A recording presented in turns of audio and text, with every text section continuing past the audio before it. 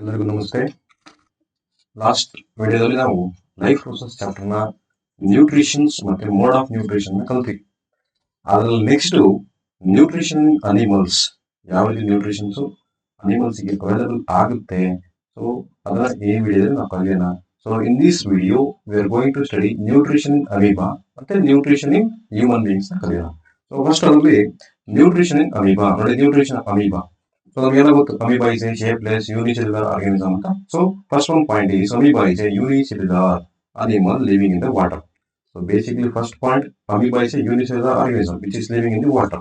Second point, which takes the food forming a finger like projection, that is called as pseudopodia. ನೋಡಿ ಈ amoeba ಇರುತ್ತಲ್ಲ, ಇದು shapeless. ಈ shapeless ಯಾವ್ದೋ ಒಂದು ಫುಡ್ ಪಾರ್ಟಿಕಲ್ಸ್ ಇದ್ರ ಹತ್ರ ಬಂದ ತಕ್ಷಣ ಈ ಬಲ್ಜಸ್ ಇದೆಯಲ್ಲ, ಆ ಬಲ್ಜಸ್ ಆ ಫಿಂಗರ್ ಲೈಕ್ ಪ್ರೊಜೆಕ್ಷನ್ಸ್ ಗಳನ್ನ ಜಾಸ್ತಿ ಮಾಡ್ಕೊಂಡು ಈ ಫುಡ್ ನ ಕವರ್ ಮಾಡ್ಕೊಳ್ಳೋದಿಲ್ಲ. ಕವರ್ ಮಾಡ್ಕೊಂಡು ಫುಡ್ ನ ಲಾಕ್ ಮಾಡ್ಕೊಂಡು ಕವರ್ ಮಾಡ್ಕೊಳ್ಳೋಕೆ ಮಾಡ್ಕೊಳ್ಳುವಂತ ಕೆಲಸ ನಾವೇನ್ ಕರಿತೀವಿ, so that is the help of pseudopodia. Pseudopodia ಮುಖಾಂತರ ಆ ಫುಡ್ ಪಾರ್ಟಿಕಲ್ ನ ಕ್ಲೋಸ್ ಮಾಡ್ಕೊಂಡ ತಕ್ಷಣ ಏನಾಗೋದು, ಫುಡ್ ವ್ಯಾಕ್ಯೂಲ್ಸ್ ಆಯ್ತು. ಫುಡ್ ವ್ಯಾಕ್ಯೂಲ್ಸ್ ಅಂದ್ಮೇಲೆ ಏನಾಗುತ್ತೆ, ಈ ಫುಡ್ ಪಾರ್ಟಿಕಲ್ ನ ಡೈಜೆಸ್ಟ್ ಮಾಡುತ್ತೆ. ಡೈಜೆಸ್ಟ್ ಮಾಡಿ ಅದ್ರಂತಹ ನೈಟ್ರೋಜನಸ್ ವೇಸ್ಟ್ ನ ಎಕ್ಸ್ಕ್ರೀಟ್ ಮಾಡಿ ರಿಮೈನಿಂಗ್ ನ್ಯೂಟ್ರಿಷನ್ಸ್ ಅನ್ನ ಅಬ್ಸರ್ವ್ ಮಾಡ್ಕೊಂಡು ರಿಮೈನಿಂಗ್ ವೇಸ್ಟ್ ಏನ್ ಮಾಡುತ್ತೆ, ಹೊರಗಡೆ ಹಾಕುತ್ತೆ. ಸೊ ನೋಡಿ, inside the food vacuoles food is digested and observed. Amoeba ಏನ್ ಮಾಡುತ್ತೆ, ಫುಡ್ ನ ಡೈಜೆಸ್ಟ್ ಮಾಡಿ ಅಬ್ಸರ್ವ್ ಮಾಡ್ಕೊಳ್ಳುತ್ತೆ. Next remaining undigest food is sent out through the surface of the cell.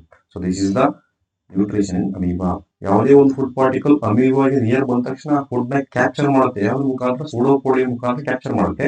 ಆ ಸೂಡೋಪೋಡಿಯಾ ಮುಖಾಂತರ ಕ್ಯಾಪ್ಚರ್ ಮಾಡ್ಕೊಂಡು ಫುಡ್ ವ್ಯಾಕ್ಯೂಲ್ಸ್ ಮಾಡ್ಕೊಳ್ಳುತ್ತೆ. ಫುಡ್ ವ್ಯಾಕ್ಯೂಲ್ಸ್ ಮಾಡ್ಕೊಂಡು ಆ ಫುಡ್ ನ ಡೈಜೆಸ್ಟ್ ಮಾಡಿ ಅಬ್ಸರ್ವ್ ಮಾಡ್ಕೊಳ್ಳುತ್ತೆ. ರಿಮೈನಿಂಗ್ ವೇಸ್ಟ್ ಏನ್ ಮಾಡುತ್ತೆ, it's send into out side. I think ನಿಮಗೆ ಈ ಪ್ರೋಸೆಸ್ ಅರ್ಥ ಆಗುತ್ತೆ. ನೋಡಿ, ಇಲ್ಲಿ ಡಯಾಗ್ರಾಮ್ ಈಸಿ ಕೊಟ್ಟಿದ್ದಾರೆ ನೋಡಿ. ಅಮೀಬಾ ಪಕ್ಕ ಆ ಒಂದು ಮೈಕ್ರೋ ಆರ್ಗಾನಿಸಮ್ಸ್ ಹತ್ರ ಬಂದ ತಕ್ಷಣ, ಯಾವುದೇ ಒಂದು ಫುಡ್ ಪಾರ್ಟಿಕಲ್ ಹತ್ರ ಬಂದ ತಕ್ಷಣ ಆ ಫುಡ್ ನ ಸೂಡೋಪೋಡಿಯಾ ಮುಖಾಂತರ ಕವರ್ ಮಾಡ್ಕೊಂಡು ತಕ್ಷಣ ಫುಡ್ ವ್ಯಾಕ್ಯೂಲ್ಸ್ ಆಯ್ತು, ಡೈಜೆಸ್ಟ್ ಆಯ್ತು, ರಿಮೈನಿಂಗ್ ವೇಸ್ಟ್ ನ ಆಚೆ ಕಳಿಸ್ತು. ಸೊ ಇದಿಷ್ಟೇ, ಇದು nutrition in amoeba. So next nutrition human being, very very important. Nutrition human being, ಇದರಲ್ಲಿ ಮೇನ್ ಆಗಿ ನೋಡಿ, ಹ್ಯೂಮನ್ ಬೀಯಿಂಗ್ ನ್ಯೂಟ್ರಿಷನ್ ಅಥವಾ ಡೈಜೆಷನ್ ಪ್ರೋಸೆಸ್ ಆಗ್ಬೇಕು ಅಂದ್ರೆ ಯಾವ್ಯಾವ ಮೇನ್ ಆರ್ಗನ್ಸ್ ಗಳು ಇರಬೇಕು ಅಂದ್ರೆ, main organs that is the digest system, that is there are what, ಒಂದು ಮೌತ್, ಈಸೋಫ್ಯಾಗಸ್ ಒಂದು ಫುಡ್ ಪೈಪ್ ಇರಬೇಕು, ಸ್ಟಮಕ್ ಇರಬೇಕು, small intestine, large intestine, hands. ಇಷ್ಟು ಪ್ರೋಸೆಸ್ ಅಲ್ಲಿ ಏನಾಗುತ್ತೆ, digestion of food takes place. The main glands, ಕೆಲವೊಂದು glands ಇದೆ, organs ಇದೆ, ಗ್ಲ್ಯಾಂಡ್ಸ್ ಇದೆ. ಯಾವ್ಯಾವ ಗ್ಲ್ಯಾಂಡ್ಸ್ ಇನ್ವಾಲ್ವ್ ಆಗಿರುತ್ತೆ, ಸಲೈವರಿ ಗ್ಲ್ಯಾಂಡ್ಸ್, ನಮ್ಮ ವಾಯು ಇರುವಂತಹ salivary glands, gastric glands stomach ಅಲ್ಲಿ ಇರುತ್ತದೆ, ಮತ್ತೆ ಲಿವರ್ ಇಂದ, ಪ್ಯಾಂಕ್ರಿಯಸ್ ಇಂದ, ಇಂಟೆಸ್ಟೈನಲ್ ಗ್ಲ್ಯಾಂಡ್ಸ್ ಇಂದ ಇಷ್ಟು ಪ್ರೋಸೆಸ್, ಆರ್ಗನ್ ಮತ್ತೆ ಗ್ಲ್ಯಾಂಡ್ಸ್ ಎರಡೂ ಸೇರಿ ನಾವು ತಿಂದಂತಹ ಆಹಾರವನ್ನ, ಫುಡ್ ಅನ್ನ ಡೈಜೆಸ್ಟ್ ಮಾಡ್ತವೆ. ಸೊ ಯಾವ ರೀತಿ ಡೈಜೆಸ್ಟ್ ಮಾಡ್ತವೆ, ಆ ಪ್ರೋಸೆಸ್ ಹೇಗಾಗುತ್ತೆ ಅಂತ will study in this chapter. ನೋಡಿ, this is the digest system ಅಥವಾ elementary canal diagram. Very easy, ನಾನು ನಿಮ್ಗೆ ಸಿಂಪಲ್ ಹೇಳ್ಕೊಡ್ತೀನಿ ನೋಡಿ. Mouth or it is also called as buccal cavity ಅಂತ ಕರೀತಾರೆ. ಸೊ ಇಲ್ಲಿಂದ ಫುಡ್ ನೋಡಿ, ಇದು ಈ ಪೈಪ್ ಇದೆಯಲ್ಲ, this is called food pipe, or is called as oesophagus ಅಂತ ಕರೀತಾರೆ. ನೆಕ್ಸ್ಟ್ ಫುಡ್ ಎಂಟ್ರಿ ಆಗುತ್ತೆ, ಸ್ಟಮಕ್ ಎಂಟ್ರಿ ಆಗುತ್ತೆ. ಸ್ಟಮಕ್ ಆದ ನೆಕ್ಸ್ಟ್ ಸ್ಮಾಲ್ ಇಂಟೆಸ್ಟೈನ್ ಎಂಟ್ರಿ ಆಗುತ್ತೆ. ಸ್ಮಾಲ್ ಇಂಟೆಸ್ಟೈನ್ ಎಲ್ಲ ಫುಡ್ ಅಬ್ಸರ್ವ್ ಆಗಿ ನೆಕ್ಸ್ಟ್ ಲಾರ್ಜ್ ಇಂಟೆಸ್ಟೈನ್ ಹೋಗುತ್ತೆ. ನೋಡಿ, ಲಾರ್ಜೆಸ್ಟ್ ಆರ್ಗನ್ ಇಸ್ ಲಿವರ್ ಇದೆ ನಮ್ಮ ಬಾಡಿಲಿ. ನೆಕ್ಸ್ಟ್ ನೋಡಿ, ಗಾಲ್ ಬ್ಲಾಡರ್ ಇರ್ತದೆ. So small intestine goes large intestine goes pancreas. This is a question is pancreas. So we will study one by one. So ಏನಾಗುತ್ತೆ ಅಂತ ನಾವು study ಮಾಡೋಣ. ನೋಡಿ, ನಾನು ಸ್ವಲ್ಪ ಒಂದು ಡಯಾಗ್ರಾಮ್ ಹಾಕೊಂಡಿದ್ದೀನಿ. So this is the digestive system of human being. ನೋಡಿ, buccal cavity, very easy. Buccal cavity or mouth, buccal cavity to mouth. So mouth ಅಲ್ಲಿ ಏನಿರುತ್ತಪ್ಪ, ಮೌತ್ ಕೆಲಸ ಏನು, ವಿ ಹ್ಯಾವ್ ಟೀತ್. ಏನಕ್ಕೆ, to chewing or crush the food material. ಚೆನ್ನಾಗಿ food ನ ಅಗಿಯಕ್ಕೆ, ಅದನ್ನ ಮ್ಯಾಸ್ಟಿಗೇಟ್ ಮಾಡಕ್ಕೆ, ಆ ಫುಡ್ ನ ತುಂಡು ಮಾಡಕ್ಕೆ ನಮಗೆ ಟೀತ್ ಇದೆ. ಮತ್ತೆ ಆ ಟೀತ್ ಮ್ಯಾಸ್ಟಿಗೇಟ್ ಮಾಡಿ ನಮ್ಮ ಬಾಯಲ್ಲಿ ಸೆಕ್ರೆಟ್ ಆಗುವಂತ ಸಲೈವ ಜೊತೆ ಮಿಕ್ಸ್ ಮಾಡಿ ಫುಡ್ ನ ಸಾಫ್ಟ್ ಆಗಿ ಮಾಡುತ್ತೆ. So very important. First step, teeth food ನ ಏನ್ ಮಾಡ್ತು, ಮ್ಯಾಸ್ಟಿಗೇಟ್ ಮಾಡುತ್ತೆ. ಸೊ ಅವಾಗ ಏನಾಯ್ತು, ಇನ್ನೊಂದು ಮೌತ್ ಏನಿದೆ, ಸಲೈವರಿ ಗ್ಲ್ಯಾಂಡ್ಸ್ ಅಲ್ಲದೆ, ಇನ್ನೊಂದು ಮೌತ್ ಸಲೈವರಿ ಗ್ಲ್ಯಾಂಡ್ಸ್. ಆ ಗ್ಲ್ಯಾಂಡ್ಸ್ ಏನು ಸೆಕ್ರೆಟ್ ಮಾಡುತ್ತೆ, salivary glands secrets saliva. Salivary secrete ಮಾಡುತ್ತೆ. ಆ ಸಲೈವರಿ ಏನಿರುತ್ತೆ, ಸಲೈವರಿ ಅಮೈಲೇಸ್ ಅನ್ನೋ ಎಂಜೈಮ್ ಇರುತ್ತೆ. ಸಲೈವರಿ ಅಮೈಲೇಸ್ ಎಂಜೈಮ್ ಇರುತ್ತೆ. ಈ ಸಲೈವರಿ ಅಮೈಲೇಸ್ ಏನ್ ಮಾಡ್ತು, which converts the starch into maltose. ಇಲ್ವಾ, ನಮ್ಮ ಫುಡ್ ಅಲ್ಲಿ ಇರುವಂತಹ ಸ್ಟಾರ್ಚ್ ನ ಮಾಲ್ಟೋಸ್ ಆಗಿ ಕನ್ವರ್ಟ್ ಮಾಡ್ತು. Starch into maltose. ಮತ್ತೆ it make the complex food into simple food ಆಗಿ ಕನ್ವರ್ಟ್ ಮಾಡ್ತು. Complex food into simple food. ನೋಡಿ ಇಷ್ಟೇ, ಸಿಂಪಲ್ ಫುಡ್. ಸೊ ನೀವು write the role of saliva ಅಂತ ಕೇಳಿ ಬರೀಬೇಕು. In our mouth, salivary glands are present. The salivary gland which produces the saliva which containing enzyme salivary amylase. A salivary amylase ಏನ್ ಮಾಡುತ್ತೆ, which converts the starch into maltose and which converts the complex food into simple food ಆಗಿ convert ಮಾಡುತ್ತೆ. I think you got the point. ನೋಡಿ, smooth ಅಲ್ಲಿ salivary glands ಇರುತ್ತೆ. ಆ salivary glands ಇಷ್ಟು process ಮಾಡುತ್ತೆ. ಈಗ ಸ್ಟಾರ್ಚ್ ಇಂಟು ಮಾಲ್ಟೋಸ್ ಆಯ್ತು, ಮೇಕ್ ದ ಫುಡ್ ಸಾಫ್ಟ್ ಆಯ್ತು. ಈಗ ಸಾಫ್ಟ್ ಆಗಿರೋ ಫುಡ್ ನೋಡಿ ಈ ಫುಡ್ ಪೈಪ್ ಮುಖಾಂತರ ನಮ್ಮ ಸ್ಟಮಕ್ಗೆ ಬರುತ್ತೆ. By the process of peristaltic movement. Very important, ಪೆರಿಸ್ಟಾಲಿಕ್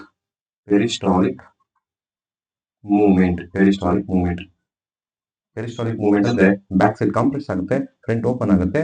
so food particle ಈಸಿಯಾಗಿ ಸ್ಟಮಕ್ಗೆ ಬಂತು. ಸೊ ಈಗ ನಿಮ್ಗೆ ಇದು ಅರ್ಥ ಹೇಳಿದ್ದು. ಸೊ ಮೌತ್ ಅರ್ಥ ಆಯ್ತು, ಮತ್ತೆ ಈಸೋಫೇಗಸ್ ಅರ್ಥ ಆಯ್ತು. ಈಗ next stomach. there is elastic chamber. Stomach elastic chamber ಆಗಿರುತ್ತೆ, ಅದು ಜೆ ಶೇಪ್ ಇರುತ್ತೆ. ಇದರಲ್ಲಿ 3 ಮೇನು ಗ್ಯಾಸ್ಟ್ರಿಕ್ ಜ್ಯೂಸಸ್ ಸೆಕ್ರೇಟ್ ಆಗುತ್ತೆ.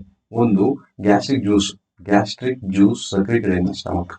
ಗ್ಯಾಸ್ಟ್ರಿಕ್ ಜ್ಯೂಸ್ ಯಾವ್ದು ಮೇನ್ ಒಂದು ಎಚ್ ಸಿ ಎಲ್. ಇನ್ನೊಂದು ಯಾವ್ದಂದ್ರೆ that is pepsin. One more, that is ಇನ್ನೊಂದು ಮ್ಯೂಕಸ್ ಲೇಯರ್ ಇರುತ್ತೆ. Mucus layer. HCl ಏನ್ ಕೆಲಸ ಮಾಡುತ್ತೆ? HCl helps to kill the microorganism which is present in the food and make the food acidic. ಮಾಡುತ್ತೆ. Food ನ acidic ಮಾಡುತ್ತೆ. ಮತ್ತೆ ಇದೇನ್ ಮಾಡುತ್ತಪ್ಪ ಅಂದ್ರೆ ಮೇಕ್ ದ ಫುಡ್ ಅಸಿಡಿಕ್ ಆದ್ಮೇಲೆ it helps to make a action of facilitate the action of pepsin action ಮಾಡಬೇಕು ಅನ್ನೋದನ್ನ ಹೇಳ್ಕೊಳ್ಳೋದು ಯಾವ್ದಂದ್ರೆ ದಟ್ ಈಸ್ HCl. ಪೆಪ್ಸಿನ್ ಏನ್ ಕೆಲಸ ಮಾಡಿದ್ರು, ಪಿ ಎಷ್ಟು ಆಗಿದೆಯಾ, it helps to digest the protein. ನೋಡಿ, ಪ್ರೋಟೀನ್ ಡೈಜೆಸ್ಟ್ ಮಾಡಕ್ಕೆ ಹೆಲ್ಪ್ ಮಾಡೋದು ಪೆಪ್ಸಿನ್. ಸೊ ಮ್ಯೂಕಸ್ ಅಂದ್ರೆ ಏನಿಲ್ಲ, ಮ್ಯೂಕಸ್ ಅಂದ್ರೆ ಸ್ಟಮಕ್. ಇದು ಒಂದು ಸ್ಟಮಕ್ ಅಂತ ಹೇಳಿದ್ರೆ ನಾವು ನೋಡಿ ಈ ಸ್ಟಮಕ್ ಒಳಗಡೆ ಇದರ ಒಂದು ಲೇಯರ್ ಇರುತ್ತೆ. That layer is mucus layer. ಈ ಮ್ಯೂಕಸ್ ಲೇಯರ್ ಏನ್ ಕೆಲಸ ಮಾಡ್ತಪ್ಪ ಅಂದ್ರೆ to avoid the action of HCl on stomach. HCl concentrated acid. ಆ ಕಾನ್ಸಂಟ್ರೇಟೆಡ್ ಆಸಿಡ್ ಇಂದ ಸ್ಟಮಕ್ ಬರ್ನಿಂಗ್ ಆಗಬಾರ್ದು ಅನ್ನೋದನ್ನ ಅವಾಯ್ಡ್ ಮಾಡೋದಕ್ಕೋಸ್ಕರ there is a layer, that layer is called as mucus layer. ಈ ಮ್ಯೂಕಸ್ ಲೇಯರ್ ಏನ್ ಮಾಡುತ್ತಪ್ಪ ಅಂದ್ರೆ ಆಸಿಡ್ ಸ್ಟಮಕ್ ಮೇಲೆ ಆಕ್ಟ್ ಆಗೋಂಗೆ ಅವಾಯ್ಡ್ ಮಾಡುತ್ತೆ. ಸೊ ಇದು ಸ್ಟಮಕ್ ನೋಡಿದ್ದೇವೆ. Saliva which containing enzyme amylase and convert starch into sugar. Food process ಆಗೋದು ಈಸೋಫೇಗಸ್ ಇಂದ ಸ್ಟಮಕ್ ಬಂತು. ಈಗ ಸ್ಟಮಕ್ ಅಲ್ಲಿ ಗ್ಯಾಸ್ಟ್ರಿಕ್ ಗ್ಲ್ಯಾಂಡ್ಸ್ ಇರುತ್ತೆ. ಇದು produce gastric juice which containing enzyme that is pepsin. ಏನ್ ಕೆಲಸ ಮಾಡುತ್ತೆ? ಪ್ರೋಟೀನ್ ಡೈಜೆಷನ್ ಮಾಡಕ್ಕೆ. ಸೊ HCl ಹೈಡ್ರೋಕ್ಲೋರಿಕ್ ಆಸಿಡ್ ಏನ್ ಕೆಲಸ ಮಾಡುತ್ತೆ? Hydrochloric acid helps to digest, make a food acidic ಮಾಡಕ್ಕೆ. So next mucus. ನೋಡಿ, 3 ಬರೀಬೇಕು. ಒಂದು ಪೆಪ್ಸಿನ್, ಇನ್ನೊಂದು ಹೈಡ್ರೋಕ್ಲೋರಿಕ್ ಆಸಿಡ್, ಇನ್ನೊಂದು mucus. Pepsin helps to digest of the protein. PP ಅಂತ ನೆನಪಿಟ್ಟು, ಪ್ರೋಟೀನ್ ಡೈಜೆಸ್ಟ್ ಮಾಡೋದು pepsin. Next hydrochloric acid makes the media acidic ಮಾಡುತ್ತೆ, helps to action of the pepsin. Make the facilitate action of pepsin ಅಂತ ಬರೆಯಬಹುದು. So mucus protect the wall of the stomach from the action of the acid. Mucus protect the wall of the stomach from the action of the acid. Acid action ಆಗದಂಗೆ avoid ಮಾಡೋದು ಯಾವಪ್ಪ ಅಂದ್ರೆ mucus layer. Food passes into the small intestine. ಈಗ food small ಇಲ್ಲಿಂದ ಈಗ food ಬಂದು stomach ಬಂತು. Stomach ಇಂದ ಈಗ ಡೈರೆಕ್ಟ್ ಆಗಿ ಹೋಗ್ತದೆ, ಇದು ಗೋಯಿಂಗ್ ಟು ಸ್ಮಾಲ್ ಇಂಟೆಸ್ಟೈನ್ ಹೋಗ್ತದೆ. ಸೊ ನೆಕ್ಸ್ಟ್ ಸ್ಮಾಲ್ ಇಂಟೆಸ್ಟೈನ್ ಅಲ್ಲಿ the food is mixed with the bile from the liver and the pancreatic juice from the pancreas. ಈಗ ಲಿವರ್ ಇಂದ ಬೈಲ್ ಜ್ಯೂಸ್ ಬರುತ್ತೆ. ರೆಡ್ ಕಲರ್ ಇದೆಯಲ್ಲ, ಇಲ್ಲಿಂದ ಬೈಲ್ ಜ್ಯೂಸ್ ಬರುತ್ತೆ. Bile juice act as emulsifying agent. ಏನ್ emulsifying agent ಅಂದ್ರೆ ಅದು fat ನ ಏನ್ ಮಾಡೋದು, ಲಾರ್ಜ್ ಫ್ಯಾಟ್ ಮಾಲಿಕ್ಯೂಲ್ಸ್ ನ ಸ್ಮಾಲ್ ಫ್ಯಾಟ್ ಮಾಲಿಕ್ಯೂಲ್ಸ್ ಆಗಿ ಕನ್ವರ್ಟ್ ಮಾಡುತ್ತೆ. ಸೊ ಮತ್ತೆ ಪ್ಯಾಂಕ್ರಿಯಾಸ್ ಇಂದ ಪ್ಯಾಂಕ್ರಿಯಾಟಿಕ್ ಜ್ಯೂಸ್ ಸೆಕ್ರೇಟ್ ಆಗುತ್ತೆ. So very important. ನೋಡಿ, bile break on the fat molecules into small globules. Pancreatic juice containing 2 enzyme ಇರುತ್ತೆ. ನೋಡಿ, ಒಂದು ಟ್ರೈಪ್ಸಿನ್. ಈ ಟ್ರೈಪ್ಸಿನ್ ಏನ್ ಮಾಡುತ್ತೆ? ಟ್ರೈಪ್ಸಿನ್ helps to digestion of the protein. ನೋಡಿ, ಇದು ಟ್ರೈಪ್ಸಿನ್ helps to digestion of the Trypsin helps to breakdown of the protein. Trypsin helps to digestion of the protein, and lipase helps to digestion of the fat and lipids. Fat ಅದ ಇವತ್ತು lipids ಎರಡು ಒಂದೇ. Fat lipids digest ಮಾಡೋಕ್ಕೆ lipase enzyme. ನೋಡಿ, bile juice secrete from the liver. ಆ liver ಇಂದ secrete ಆಗಿರೋ bile juice emulsifying agent ಆಗಿ ಆಕ್ಟ್ ಮಾಡುತ್ತೆ. ಲಾರ್ಜ್ ಫ್ಯಾಟ್ ಮಾಲಿಕ್ಯೂಲ್ಸ್ ನ ಸ್ಮಾಲ್ ಫ್ಯಾಟ್ ಮಾಲಿಕ್ಯೂಲ್ಸ್ ಆಗಿ ಕನ್ವರ್ಟ್ ಮಾಡ್ತವೆ. ನೆಕ್ಸ್ಟ್ ನಮಗೆ ಯಾವುದು ಟ್ರೈಪ್ಸಿನ್ ಮತ್ತು lipase enzyme secreted from the pancreatic juice. So means pancreas pancreatic juice. ಆ ಪ್ಯಾಂಕ್ರಿಯಾಟಿಕ್ ಜ್ಯೂಸ್ ಅಲ್ಲಿ ಎರಡು ಎನ್ಸೈಮ್ ಇರುತ್ತೆ. That is trypsin and lipase. Trypsin ಬಂದು helps to digestion of the protein. ಅಂದ್ರೆ ಸ್ಟಮಕ್ ಅಲ್ಲಿ pepsin helps to digestion of the protein. So ಇಲ್ಲಿ pancreatic juice trypsin helps to digestion of the protein and lipase helps to digestion of the lipid or fat. Lipid and fat digestion ಮಾಡುತ್ತೆ. Next small intestine. ಈಗ food ಅಲ್ಲಿ ಬಂತು small intestine ಬಂತು. Small intestine very important. Small intestine that produce from this intestinal juice. ನಾನು ಇಲ್ಲಿ ಇನ್ನೂ ತೋರಿಸ್ಕೊಡ್ತೀನಿ. Small intestine ಅಲ್ಲಿ ಇಂಟೆಸ್ಟೈನಲ್ ಜ್ಯೂಸ್ ಸೆಕ್ರೆಟ್ ಆಗುತ್ತೆ. One second. Intestinal juice small intestine ಅಂದ್ರೆ ಒಂದು ಈ ತರ ಹೇಳ್ಕೊಂಡ್ರೆ small intestine.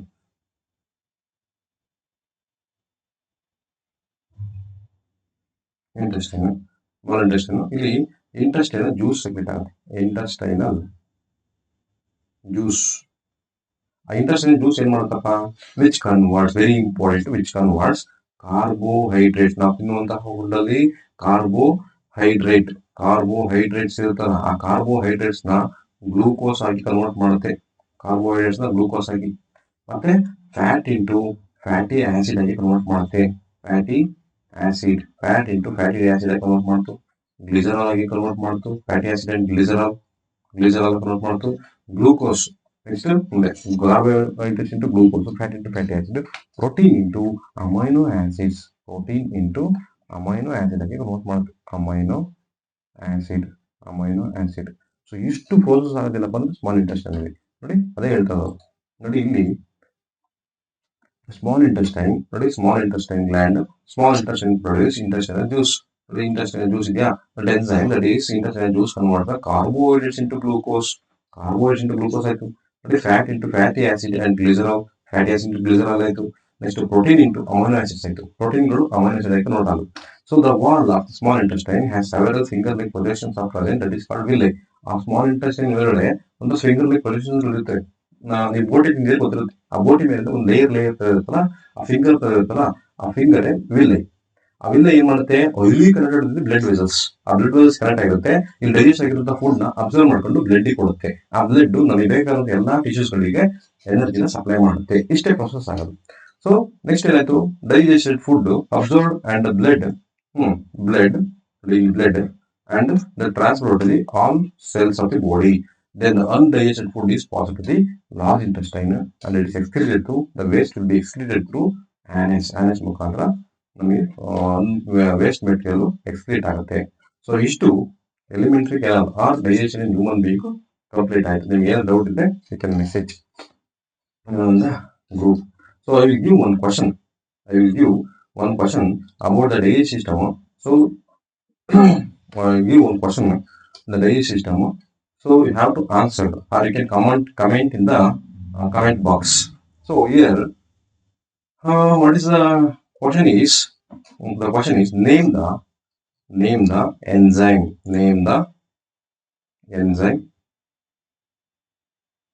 which helps to digest to fat.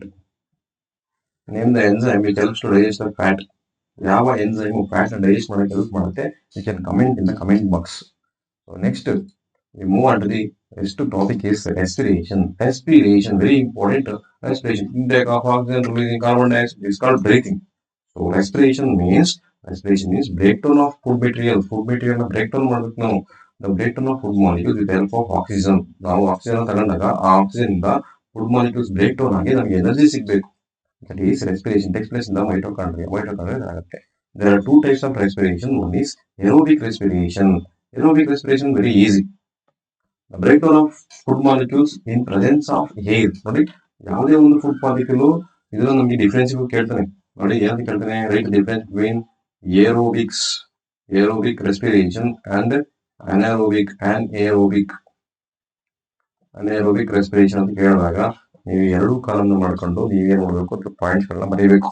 So ಇದಕ್ಕೆ ನೀವು ಈಸಿಯಾಗಿ ಚಾರ್ಟ್ ನೆನ್ಪಿಟ್ಕೊಂಡ್ರೆ ಚಾರ್ಟು ಎಲ್ಲದಕ್ಕೂ ಆನ್ಸರ್ ಆಗ್ಬಿಡುತ್ತೆ. What is respiration? Respiration is a process by which the food burn in a cell of a body with the help of oxygen and release the energy which takes place inside the mitochondria. Mitochondria ಆಗುತ್ತೆ. So aerobic respiration ಅಂದ್ರೆ this takes place the breakdown of food molecules which takes place in presence of oxygen. In presence of oxygen in the ಆದ್ರೆ aerobic. Absence of oxygen ಅಂದ್ರೆ the breakdown of food molecules takes place in the absence of oxygen, that is anaerobic respiration.